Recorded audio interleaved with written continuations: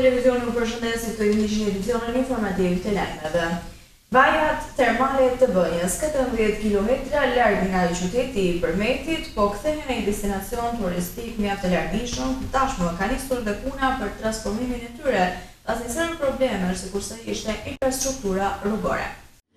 Në ujra termal të Bënjës, 14 km larg qytetit të Përmetit, të kthyer në një destinacion tashmë turistik, ka nisur puna për transformimin e tyre. Vajat e Bënjës kanë nisur punimet për të realizuar një prej projekteve më të bukura në Përmet. Ky projekt përmirëson infrastrukturën, pamjen, rrit ofertën turistike, vlerën ekonomike dhe ruan rëndësinë natyrore historike të tyre. Projekti është një investim i qeverisë shqiptare përmes fondit shqiptar të zhvillimit për Përmetin. Ujrat termik të Bënjës në Përmet konsiderohen si më të mirat në Europë. Burimet e ujrave termal të Bënjës, apo siç quhen ndryshe Banjat e Bënjës, gjenden 14 km larg qytetit jugor të Përmetit në komunën Petran. Vetëm 3 km larg nga vendi ku lumi Vjosa bashkohet me përrojën e Lëngaricës. E veçanta e tyre është se këto janë burime të hapura në natyrë. Temperatura e këtyre ujrave është 26 deri në 32 gradë Celsius. Ky vend i rrethuar nga një natyrë e paprekur paraqet një përzierje unike midis historisë, aventurës dhe natyrës. Përveç banjave termale, aty gjendet edhe kanjoni i Lëngaricës dhe ura e Katiut. Jemi në këto momente me zhvillimet kryesore nga vendi.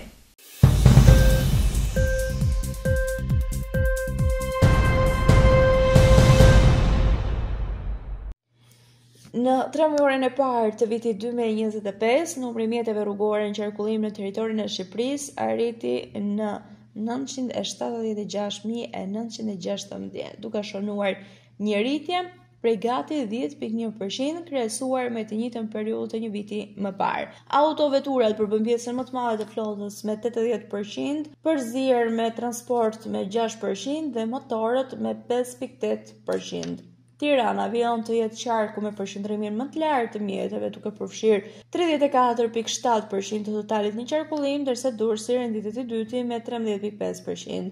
Në anën tjetër, Gjirokastra dhe Kuksi ka numrin më të ulët të mjeteve përkatësisht me 2.2 dhe 2.4%. Gjatë kësaj periudhe janë regjistruar për herë të parë 203.019 mjete, nga të cilat 82 ishin autovetura në Tiranë që mban vendin e parë, duke përfaqësuar 40% të tyre.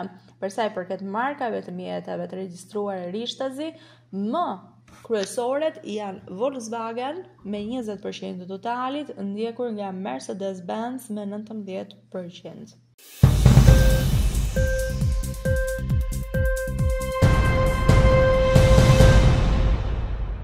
Të ardhurat e mbledhura në buxhet nga Drejtoria e Përgjithshme e Doganave për gjatë 4 muajit të parë të këtij viti arritën në 72.4 miliard lekë, shifër kjo 3.4 miliard lekë më e larg krahasuar me vitin 2024.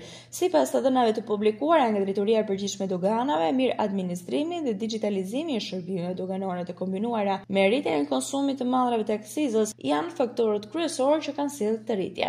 Referuar të dhënave, të ardhurat nga mallrat e aksizës kontribuan në total me 2.2 miliard lekë më shumë se njëjta periudhë e 2024-s. Nga ana tjetër, u zhdoganuan 597 milion lekë më tepër cigare, me rritje të sasisë së konsumuar më rreth 75 ton. Po ashtu, gjatë 4 mujorit u zhdoganuan 24.000 ton pije alkolike.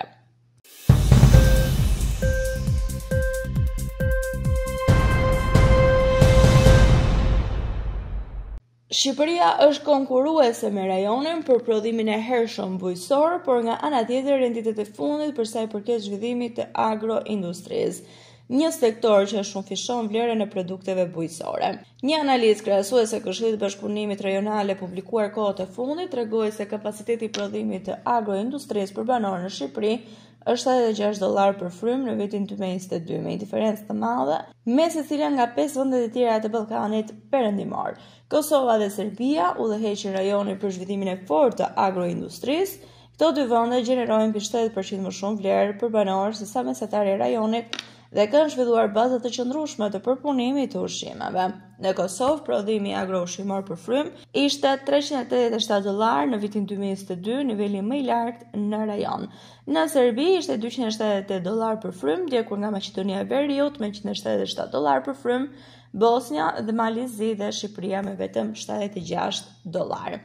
Si rrjedhoi e këtyre zhvillimeve, Shqipëria ka peshën më të ulët e eksporteve agro-ushqimore, ndërsa Serbia është vetëm ekonomi që kryeson rajone në këtë fushë si në prodhim dhe në eksporte. Në lëvizje në blok informativ nga bota.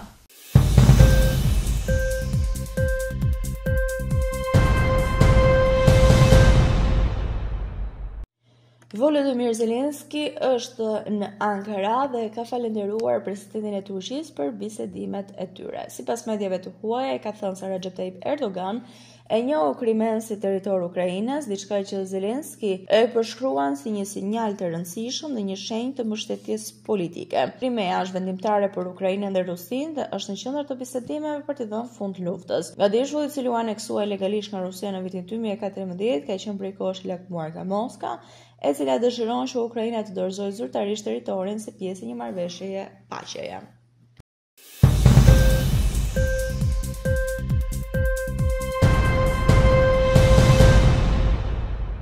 Të paktën 80 palestinezë u vranë dhe dhjetra të tjerë u plagosën në sulmet ajrore izraelite në të gjithë Gazën. Spitali Nasser në Khan Younis raportoi 54 persona, përfshirë gra dhe fëmijë, që u vranë në sulmet ajrore në qytetin jugor sipas një deklarate përshtyp. Sipas autoriteteve shëndetësore, meselinë e Gazës, Spitali Evropian i Gazës, i vetmi spital që ofron kujdes mjekësor pasues për pacientët me kancer në enklav, ishte jashtë shërbimit për shkak të sulmeve të fundit izraelite. Sulmet izraelite shkaktuan dëme të konsiderueshme në infrastrukturë, dëmtime në departementet e brendshme dhe shkatrimin e rrugëve që të çojnë në spital. Sulmet ajrore erdhën pasi kryeministri izraelit Benjamin Netanyahu paralajmëroi të martën se ushtria izraelite do të hynte në Gaza me forcë të plotë në ditën të vijim për të ecur përpara me përpjekjet për të mposhtur Hamasin.